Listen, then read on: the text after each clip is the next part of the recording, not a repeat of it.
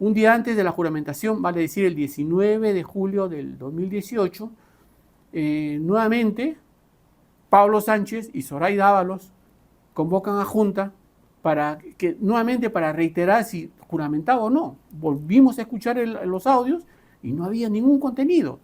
Un poco que yo sentía que estaban presionados por algo, ¿no? O por alguien. El fiscal de la Nación o la fiscal de la Nación elige a quien considere que es de confianza para manejar un cargo. ¿Usted consideró que el señor Vela era de su confianza? Sí, así es. Es la verdad. Se equivocó. En ese pacto. Evidentemente, él no pensaba lo mismo. Yo no quiero. Él no era su fiscal de confianza, digamos.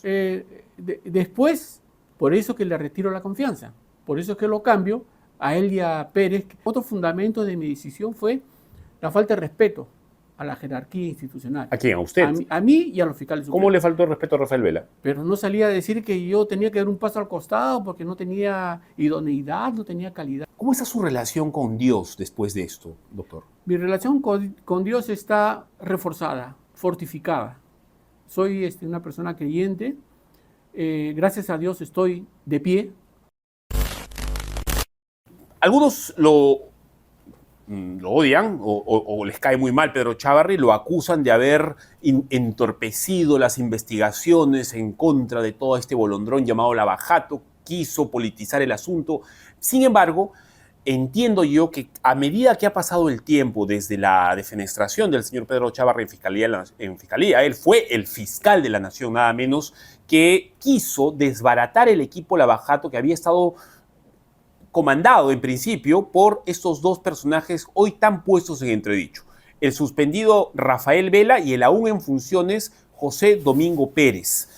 Bueno, el cargamontón mediático que ocurrió en contra del señor Pedro Chávarri cuando quiso poner las cosas en su sitio en Fiscalía fue tal, yo estaba trabajando en otro medio de comunicación y fue tal el bolondrón que se le hizo, de verdad, que era evidente que la posición de cierta prensa y sobre todo de esas personas en Fiscalía era política, más que meramente jurídica.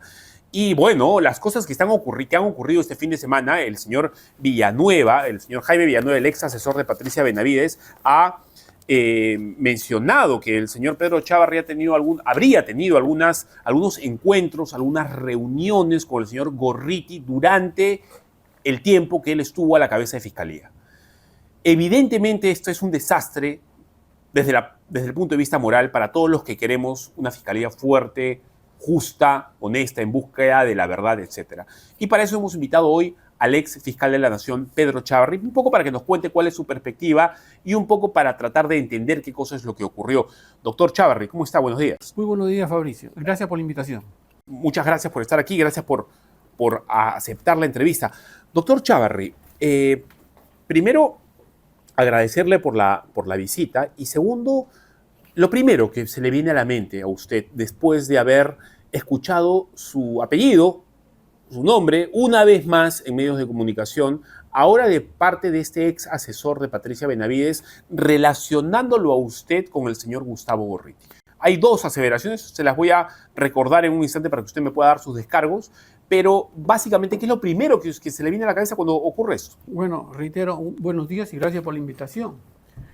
El tema que estamos tocando es sumamente delicado para mí, puesto que desde ya los rechazo en razón de que nunca hubo pues el contenido que pretende mencionar Jaime Villanueva. Estoy muy preocupado porque la institución está desdibujada, sigue siendo perjudicada con estas versiones. Quizás hay malos elementos, sí, y los hay. Son pocos elementos en el Ministerio Público. Desgraciadamente, esos pocos son los que gobiernan el Ministerio Público. El julio del año 2018, cuando quien les habla, después de 40 años de servicios en la administración pública y en la administración del Ministerio Público, quise poner orden, ¿no? Traté de escoger a los mejores elementos para poder hacer un equipo de trabajo y cambiar el sistema y mejorar la imagen. Pero no se pudo porque me enfrenté a un monstruo, ¿no? Un monstruo de personajes, tanto a nivel de prensa como con la asunción a mi cargo cuando Martín Vizcarra arreció en contra de mi asunción al cargo. Bien, doctor, a ver, el señor Jaime Villanueva ha mencionado dos cosas relacionadas a usted que se han hecho públicas este fin de semana. Esta información, la primera que le voy a leer, forma parte del testimonio del señor Villanueva ante el despacho de la señora Delia Espinosa, la fiscal suprema. Eso ocurrió el 30 de enero. Se señala, Villanueva, que usted habría tenido una reunión con el señor Gustavo Gorriti más o menos antes de asumir la titularidad del Ministerio Público usted en julio del 18. Ya el señor Pablo Sánchez había tenido acceso a ciertos audios que fueron difundidos en IDL, estos audios conocidos como los audios de los cuellos blancos. Y básicamente el señor Villanueva ha dicho lo siguiente: Pablo Sánchez, previamente a que los audios salgan, se los hizo escuchar primero a Chávarri, luego en la Junta de Fiscales, porque a los pocos días iba a juramentar Chávarri, eran para que vea que no había contenido penal en los mismos. Eso es lo que ha dicho Villanueva sobre el tema. ¿Algo que quiera usted decir sobre el asunto? Bueno, en ese extremo sí es claro porque recuerdo que en esa fecha Jaime Villanueva era el secretario general de la Fiscalía de la Nación en la gestión de Pablo Sánchez. Entonces, él tenía acceso a toda esta información. Es cierto que lo que dice en el sentido que cuando sale este audio en la que me vinculaba con César Inostroza, no tenían contenido penal ni nada ilícito, sino que IDL con ello pretendía que yo no juramentase el día 20 de julio del año 2018. ¿Por qué no querían que usted juramentase? No ¿Cuál querían, es la idea que tiene usted? No querían porque conocían de mi trayectoria, conocían de mi forma de desenvolverme en el trabajo.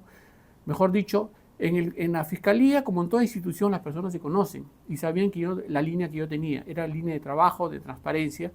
Digamos, podríamos decirlo, un fiscal verde que no iba a transar, o algo parecido a eso. Así es, un fiscal que de provincial, porque he tenido todos los cargos, creo que he sido el fiscal que he tenido la mayoría de cargos que muchos de los colegas. Es decir, cuando yo estuve fiscal de provincial, fui fiscal antiterrorista, luego fui fiscal antidrogas, y cuando fui superior tuve casos importantes de magnitud, y cuando fui supremo pues mantuve una línea independiente y que, mejor dicho, fríamente hablando, trabajaba dentro del marco legal. Ahora, Pablo Sánchez le hace escuchar a usted estos audios que luego iban a salir públicos, ¿verdad? Iban a ser publicados en diversos medios de comunicación. Pablo Sánchez estaba empecinado en transmitir lo contrario, vale decir, como se dice criollamente, meterme miedo o temor, como para que yo diga, doy un paso al costado mientras esto se investiga. Yo dije, está bien, vamos a escuchar los audios, pero que estén todos los fiscales supremos. Hicimos una reunión entre todos ellos. ¿Ya sabía usted que iba a asumir el cargo? Ya me habían electo. Okay. Yo estaba electo y únicamente esperaba el 20 de julio del 2018 para juramentar. Vale decir, por todos los medios querían que yo no juramentase. El caso es que días antes escucharon y bueno, acordamos todos que no había ningún contenido ilícito como para que yo no juramentase. El tema es que seguía las presiones que ellos tenían, seguramente no sé de quién o de quiénes. Un día antes de la juramentación, vale decir el 19 de julio del 2018, nuevamente Pablo Sánchez y Zoraida Ábalos convocan a Junta nuevamente para reiterar si juramentaba o no. Volvimos a escuchar los audios y no había ningún contenido. Un poco que yo sentía que estaban presionados por algo, ¿no? O por alguien, no sé. El día 20... ¿Por qué piensa eso? ¿Cómo era la manera de actuar o qué era lo que se percibía? El ímpetu, la reiteración de ellos de algo que no había ocurrido y que era objetivamente hablando, no había nada ilícito. Entonces insistían, a tal punto que el día de la juramentación, que era a las 10 de la mañana, el día 20 de julio, a las 9:30, nuevamente junta para ver lo del audio. Entonces ya mis otros colegas estaban incómodos, pues, ¿no? Si no había nada, entonces ¿qué necesidad había? ¿No? Había una necesidad de que yo diera un paso al costado, como diera lugar, para que no juramentase. Se parece mucho a lo que ha ocurrido con Patricia Benavides, doctor, discúlpeme que lo interrumpa, ¿no? Sí. O sea, más o menos el ánimo parece ser, o la manera de actuar parece haber sido muy parecida, ¿no? Claro, seguramente, claro. Bueno, ya yo no podría explicar más porque no estuve ya en el cargo y no estuve presente en la reunión, pero y el día, al momento que asumo el cargo a las 10 de la mañana del mencionado día, el día 20 de julio, no se presenta Martín Vizcarra a la juramentación. Algo extraño porque en la juramentación de un fiscal de la Nación siempre está el primer mandatario. Claro. No se presentó, y argumentando que tenía su agenda recargada y bueno, algo por el estilo. Una cosa que yo malicié, pero sin embargo se llevó a cabo la juramentación. Pero en horas de la noche, nuevamente el señor Martín Vizcarra se presentó a decir que mi juramentación era nula porque él no había estado presente. Lo cual no es cierto, pues, porque el presidente de la República está presente en el acto de juramentación de un fiscal de la Nación cuando es de forma protocolar. Es un protocolo, porque el fiscal de la Nación juramenta ante la Junta de Fiscales Supremos que los nombra.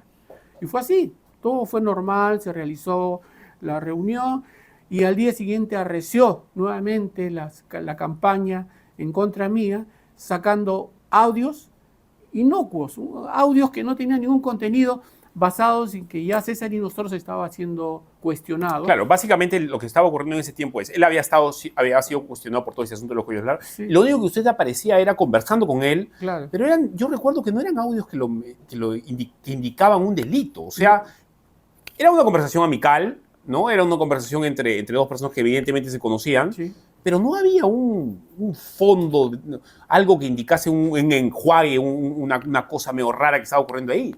Pero claro. Pero claro. el solo hecho de que usted, la voz de Pedro Chávarri, fiscal de la Nación, apareciese conversando con el señor Inostroza, ya eso apareció en medios y le hicieron a usted un callejón oscuro. Claro, ahí. ya el que hablaba con César Inostroza era un delincuente, pues, ¿no? Pero en el caso es bueno recalcar, César Inostroza conversaba conmigo en forma continua porque yo era el presidente de la Academia de la Magistratura y César Inostroza era el vicepresidente. Cuando yo no podía asistir a un acto, le decía, César, ve tú, porque yo no puedo, viaja tú, yo no puedo. Y bueno, y esa era la comunicación que había, no había nada turbio, nada irregular. ¿Qué papel jugaba el señor Baltasar Morales en ese tiempo? Baltasar Morales Parragués era consejero de la Academia de la Magistratura. Era uno de los representantes del Poder Judicial en la Academia de la Magistratura. ¿Era amigo suyo? Amigo no, pero sí yo tenía una relación cordial con él. No, nunca, como con todos los fiscales jueces y fiscales supremos, Correcto. que mis pares siempre he tenido una buena relación. Que hagan de su vida ellos de diferente manera, no, a mí no me incumbía mientras no trastocaran mi función. Ahora, ¿y cómo así ocurre la defenestración suya? Lo estoy tratando de recordar un poco para luego hacerle la segunda pregunta, que es la segunda locución que ha hecho Villanueva respecto de usted, que es la que más escozor ha causado, más impresión, digamos. Después de eso, ¿qué ocurre? Ya no aparece el señor Vizcarra en la juramentación. ¿Qué pasa después que termina usted dejando el cargo? Desde su perspectiva.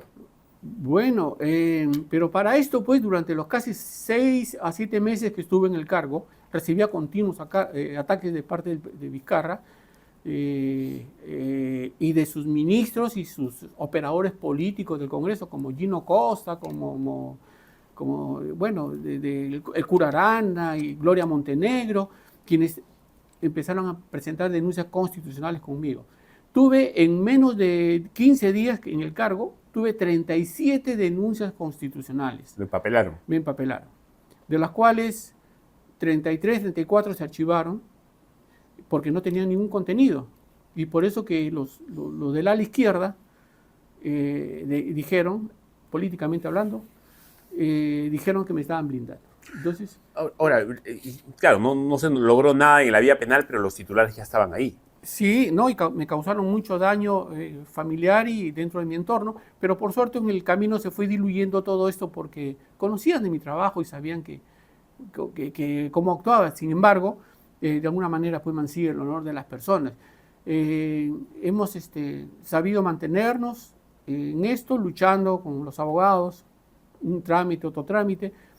Y hasta ahora, Fabricio, no tengo ninguna denuncia por el tema de los cuellos blancos en la que se pretendió vincularme. No tengo nada que me puedas indicar ni vincular a los llamados esa organización. ¿Hay alguna investigación en curso? Sí, el tema nunca va a acabar, en mi caso, porque no veo las horas que esto acabe, porque cada vez que vence el término para esta investigación de los cuellos blancos, incluyen a un magistrado más. Entonces los términos se van alargando, lo que imposibilita que se tenga el cumplimiento de los plazos establecidos por la ley. Ahora, doctor, en el fin de semana que acaba de ocurrir también el señor Villanueva ha mencionado su apellido, su nombre, y lo ha hecho en estos términos. Chávarri ya estaba electo fiscal de la Nación y tuvimos una reunión en la cafetería La Mora de Miraflores. Nos reunimos con Patricia Benavides, Pedro Chávarri, Gustavo Gorriti y yo, Villanueva, donde Gustavo se comprometió a apoyar a Chávarri a cambio de que forme el equipo especial con la coordinación de Rafael Vela y con José Domingo Pérez como miembro. Esto ocurrió en junio del 2018, cuando usted toma el mando del Ministerio Público, doctor. Ya Castro había sido removido del equipo Lavajato y Rafael Vela ya había tomado las riendas de este equipo, ¿o no? Más o menos contextualicemos. ¿En qué situación ocurrió esto? Bueno, el asunto ese lo voy a decir muy brevemente. Yo recibía ya los ataques de la prensa mayoritaria, la gran prensa que le llaman. Yo digo la gran mala prensa que en ese momento estaba. Yo digo la prensa bien pensante, entre comillas, obviamente, ¿no? Bueno, esa prensa que tanto daño ha causado y que por suerte ya está disminuyendo esos ataques. Había que contrarrestarla, pero yo no tenía cabida porque el interés del Grupo del Comercio, que manejaba no solamente los medios periodísticos escritos, sino también la hablada, los canales de televisión, Canal N, Canal 4, ATV, todo eso, Latina, constantemente me atacaban. Yo no tenía cobertura periodística. El caso es que eso le expliqué a mis allegados del despacho. ¿No lo llamaron de ningún lado? No me llamaban, solamente recibía críticas. O sea, para escuchar el descargo suyo, por último. No me llamaban. Inclusive hay periodistas honestas que me dijeron, pero ¿por qué no acudes a la prensa, Canal N? Si no me invitan, le digo, ¿quién me iba a entrevistar? Mávila Huertas, por citar un ejemplo, ¿no? Yo estaba aleccionada a difamar, a distorsionar la información. El caso es que, bueno, le dije a mi personal que no tenía cobertura, porque inclusive la doctora Patricia Benavides me dijo, que era adjunta a mi despacho, me dice, doctor, pero el problema es que usted no sale a la prensa, pero ¿qué medio de prensa hay acá que me pueda hacer una entrevista? El asunto es que a los días o a la semana... ¿No convocó usted una conferencia de prensa en todo caso? No se apersonaba, había una tirantez, había un interés en... digamos, una locución por redes sociales, las redes sociales que tan rápido llegan, digamos, a la opinión pública. Yo lancé unos twitters, ¿no? con el aparato de prensa que tenía, pero ellos mismos me decían que había cierta renuencia, no había una respuesta positiva, por lo menos que querían que habían escuchado el mensaje o leído el mensaje. A la semana Patricia Benavides me dice, doctor, he concertado una reunión con el señor Gustavo Gorriti. No sé si me dijo Gustavo, o señor o amigo, no sé.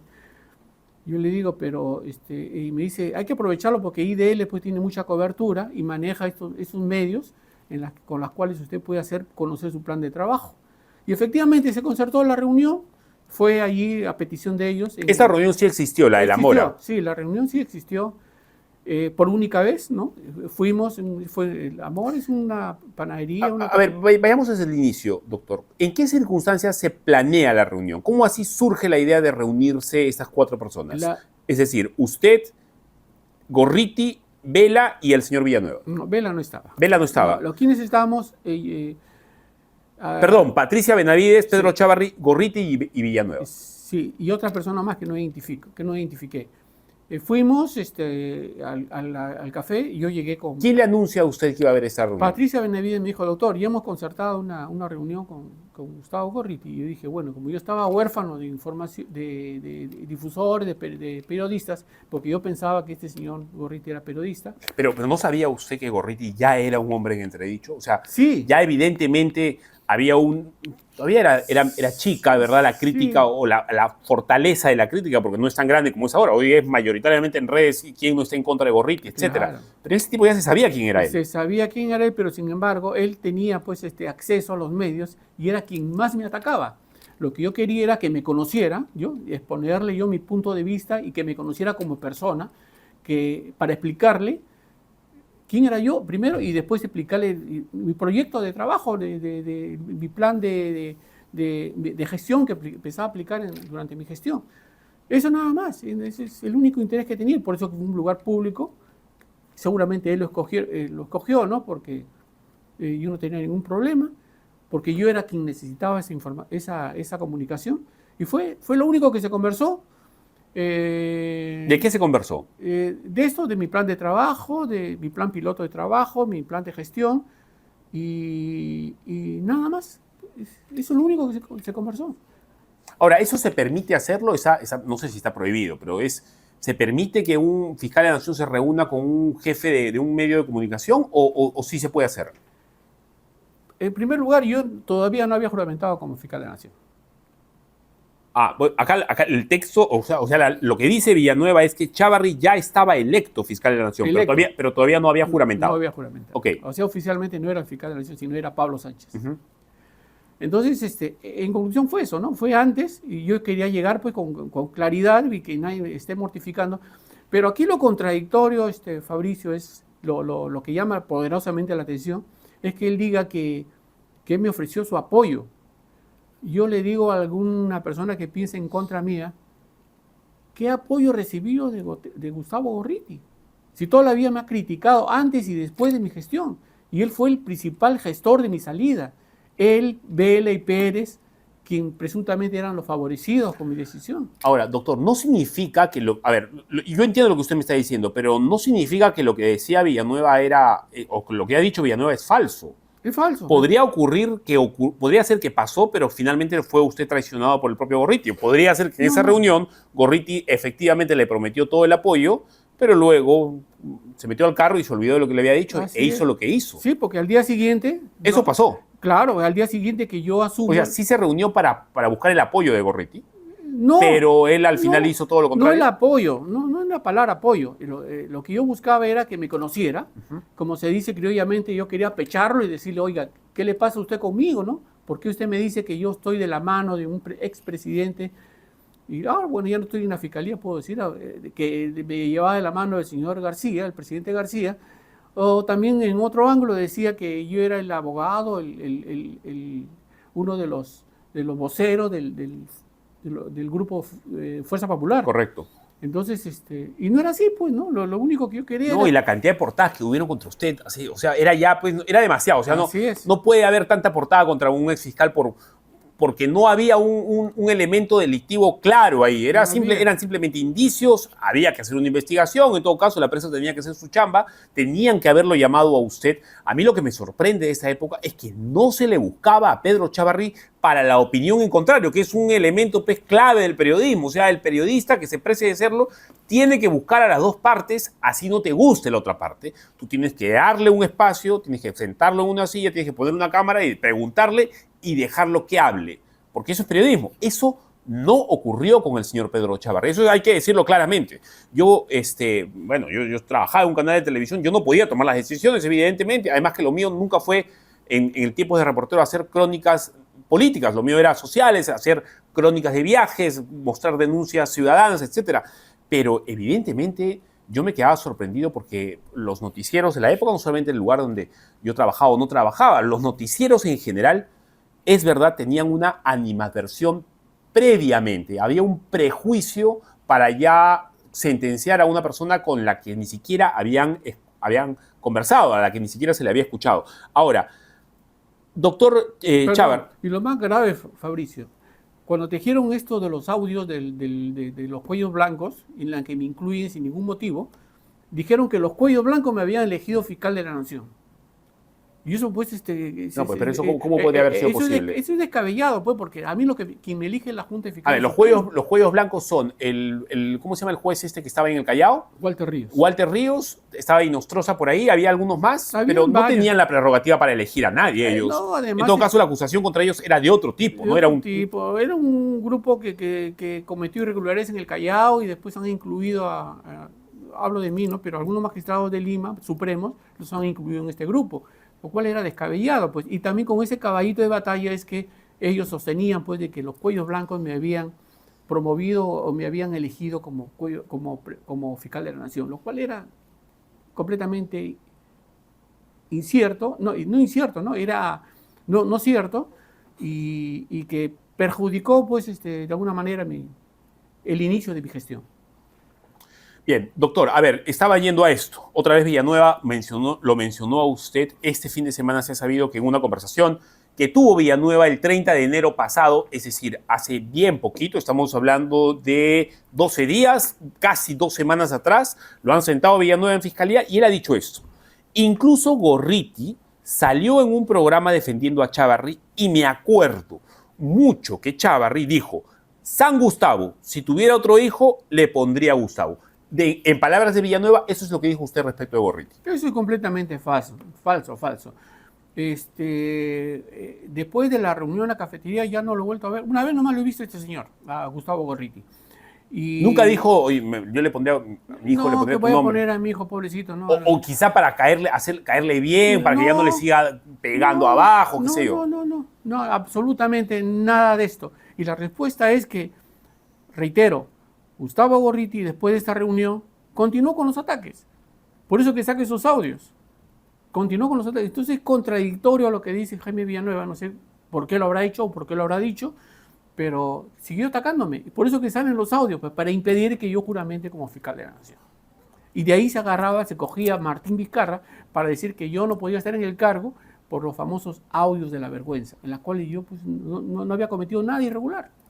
Claro, ese es el doble estándar, pues, porque a usted lo quemaron, cual Torquemada, lo pusieron lo amarraron a un palo y le prendieron fuego en la Plaza de Armas, pero no han hecho lo mismo con otras personas contra las que hay más evidencia o hay más dichos o incluso hay realmente evidencia palpable y cierta. Por ejemplo, los dos fiscales Pérez y Vela contra no solamente lo que ha hecho Villanueva, sino hay una larga, digamos, sospechosa manera de hacer tendenciosa la investigación, politizar la investigación, enlodar nombres y mandar a la cárcel a personas. Uno puede estar de acuerdo o en desacuerdo con la manera de hacer política de la señora Keiko Fujimori o del señor Alan García, etcétera. A mí me parece que Keiko Fujimori es una pésima política, la verdad, eso de decir que se va a abrir un Tinder en San Valentín y tonterías como esa o las cosas como la tardanza para reaccionar a ese último tema de los dichos de Villanueva, no me parece que sea una buena política, pero sin embargo es sorprendente, doctor, cómo estas personas tienen un doble estándar. Actuaron con usted de una manera execrable, pero al mismo tiempo no actuaron así contra quienes sí evidentemente había que actuar. ¿Qué viene para adelante, doctor? ¿Usted va a hacer una acción penal? ¿Va a reaccionar penalmente? ¿Qué cosa es lo que piensa usted hacer a partir de ahora? Sí, yo naturalmente voy a ejercer mi defensa, pero por el momento estoy tratando de terminar todos estos casos que tengo a fin de solucionar esta mala imagen que me crearon estos sujetos al margen de la ley. Pero lo que sí, Fabricio, lo que te puedo decir es que Vela y Pérez no pudieron hacer tanto daño si no hubieran contado con el apoyo de Pablo Sánchez y de Zoraida Ábalos.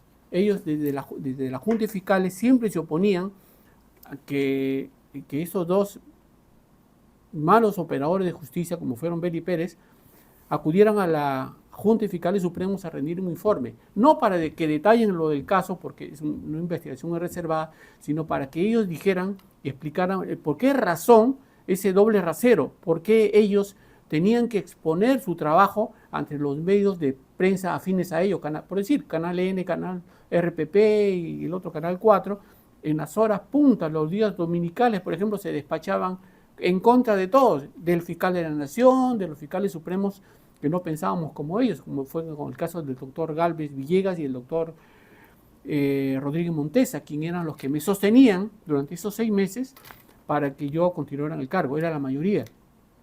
Es por ello que Pablo Sánchez y Zoraida Ábalos decían pues, que éramos los irregulares, los que actuábamos ilícitamente, cuando realmente lo que queríamos nosotros era el cambio, ¿no?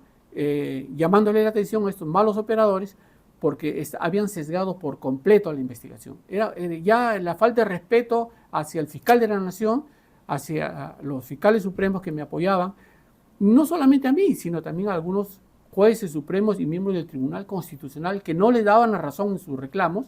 Ellos los criticaban abiertamente, decían que eran políticamente de este sector y que eran los dueños de la verdad. ¿Por qué? Porque después hemos comprobado pues, que estaban apoyados por Martín Vizcarra, sus ministros y sobre todo por los operadores de justicia, operadores parlamentarios que tenían en el Congreso Nacional. ¿Y por qué no fue Hamilton Castro el jefe del equipo Lava Jato? Porque no era fiscal superior. ¿Básicamente por eso? Por eso. Y porque el cargo, y eso lo quiero que lo tengan en claro, el cargo de coordinador es un cargo de confianza. El fiscal de la Nación o la fiscal de la Nación elige a quien considere que es de confianza para manejar un cargo. ¿Usted consideró que el señor Vela era de su confianza? Sí, así es. Es la verdad. Se equivocó. En ese pacto. Evidentemente, él no pensaba lo mismo. Yo no quiero. Él no era su fiscal de confianza, digamos. Después, por eso que le retiro la confianza. Por eso que lo cambio a él y a Pérez, que Pérez llegue mucho después. Ya, ahí quiero ir, ya para ir terminando la entrevista, pero ese es el punto que me gustaría entender. ¿Qué pasó en ese tránsito, doctor, cuando usted confía en Rafael Vela? ¿Qué pasa en medio de ese tránsito para que luego usted termine echándolo? Y es ahí cuando comienza todo el cargamontón contra usted. Porque cuando usted despide a Rafael Vela del cargo, es cuando la prensa se le viene encima, IDL se le viene encima, Gorrita se le viene, etc. ¿Qué pasa en el medio para que usted le pierda la confianza? Cuando uno da por concluido, con un fiscal de la Nación da por concluido las funciones de un coordinador, no es necesario que se explique los motivos, sino por necesidad de servicio sale la resolución y se le cambia. Pero yo sí tuve la precaución de anotar los motivos. 10 motivos di en esa resolución 66, 56, 60. Bueno, en fin. Deme algunos motivos. ¿Cuáles son los que se le vienen a la mente? Principalmente, atentar contra la reserva de las investigaciones. Ellos contaban directamente, como se dice, en vía satélite desde el Brasil, decían el resultado de una...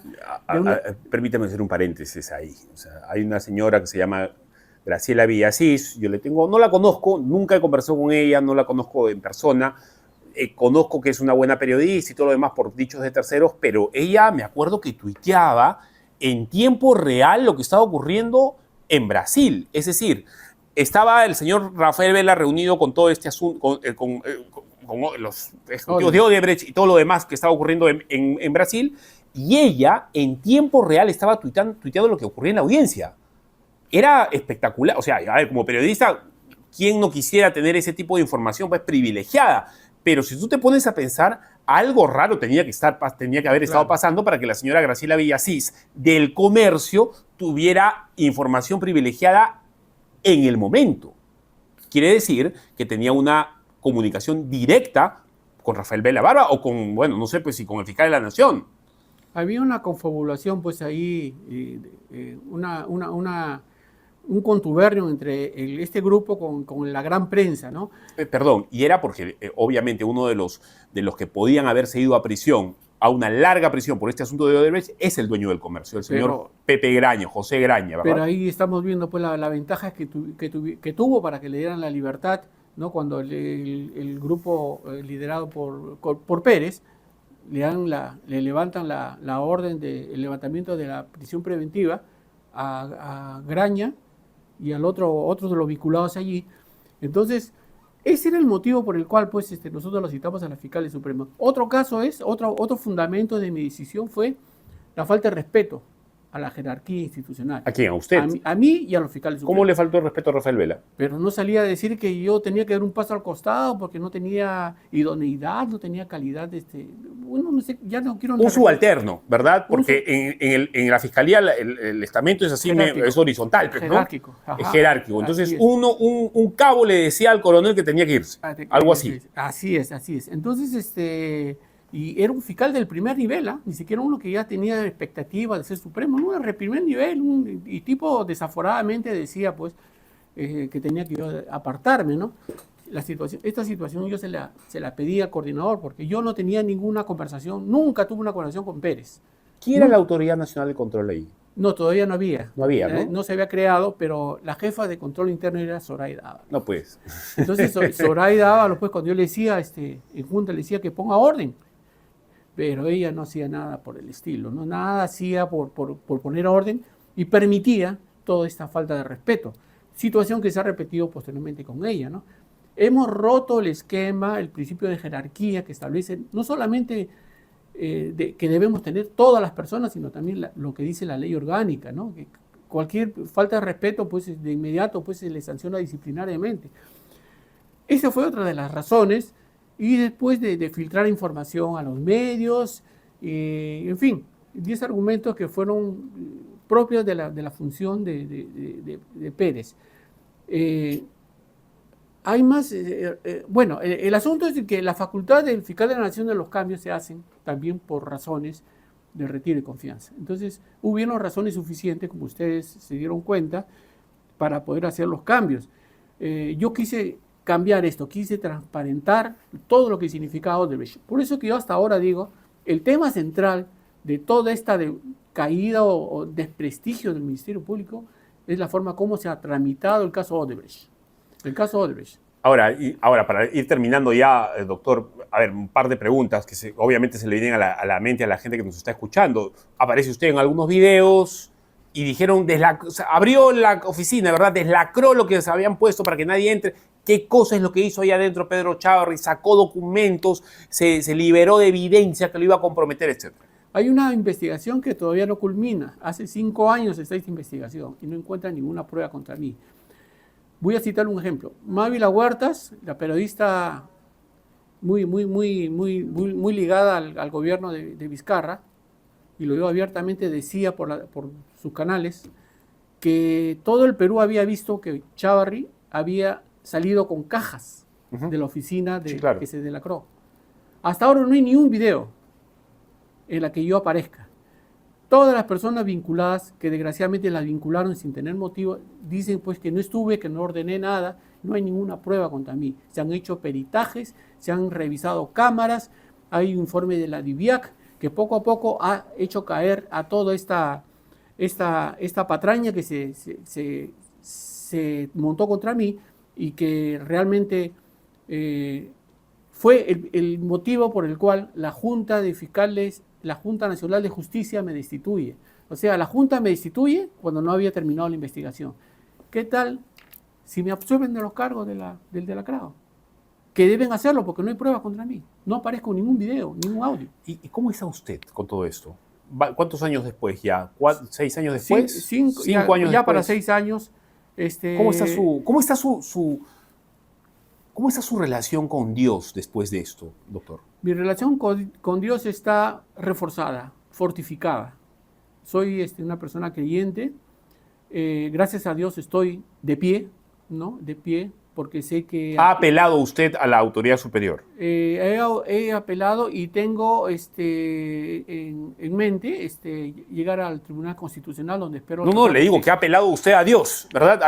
No. Al juez supremo. Él yo sé que me va a apoyar, porque siempre yo soy creyente, como reitero, y creo en Dios, y sobre todo le he pedido que apoye a mi familia, a mi esposa, a mis hijos, a mis seres queridos y a mis amigos que confían en mí, para seguir adelante, que me fortalezca, que me siga fortaleciendo y salir de toda esta, discúlpame la palabra, esta pobredumbre en la que ha caído el Ministerio Público, en donde todos luchan contra todos, y la única ambición es llegar al poder y hacer lo que se le viene en gana en el Ministerio Público. Bien, yo no conozco personalmente al doctor Pedro Chávarri, pero por lo que conozco su trayectoria profesional, yo no le he visto desmérito, la verdad. No, he visto un fiscal que ha querido hacer su trabajo y que por querer hacer su trabajo correctamente, este tsunami de mugre y de estiércol se le ha venido encima.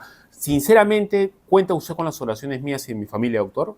Nosotros somos cristianos. ¿Cuenta usted con las oraciones de las personas que queremos que esto salga a la luz, que se sepa la verdad de todo este asunto? Y espero que si es que usted inicia alguna acción legal, llegue a buen puerto. Sinceramente se lo deseo, y le deseo además que siga confiando en el Señor, porque seguramente Él está ya notificado de este asunto y seguramente va la autoridad superior va a hacer lo que tiene que hacer.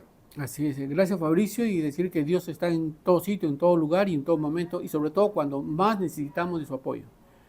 Gracias por la invitación y decirte que lo he dicho en todos los estamentos, en todos los lugares donde he ido, que el gran responsable de todo esto es Odebrecht. Aquí hay mucho pan que rebanar. Aquí hay que investigar muchas cosas. Ojalá que el Congreso tome cartas en el asunto y caiga quien caiga.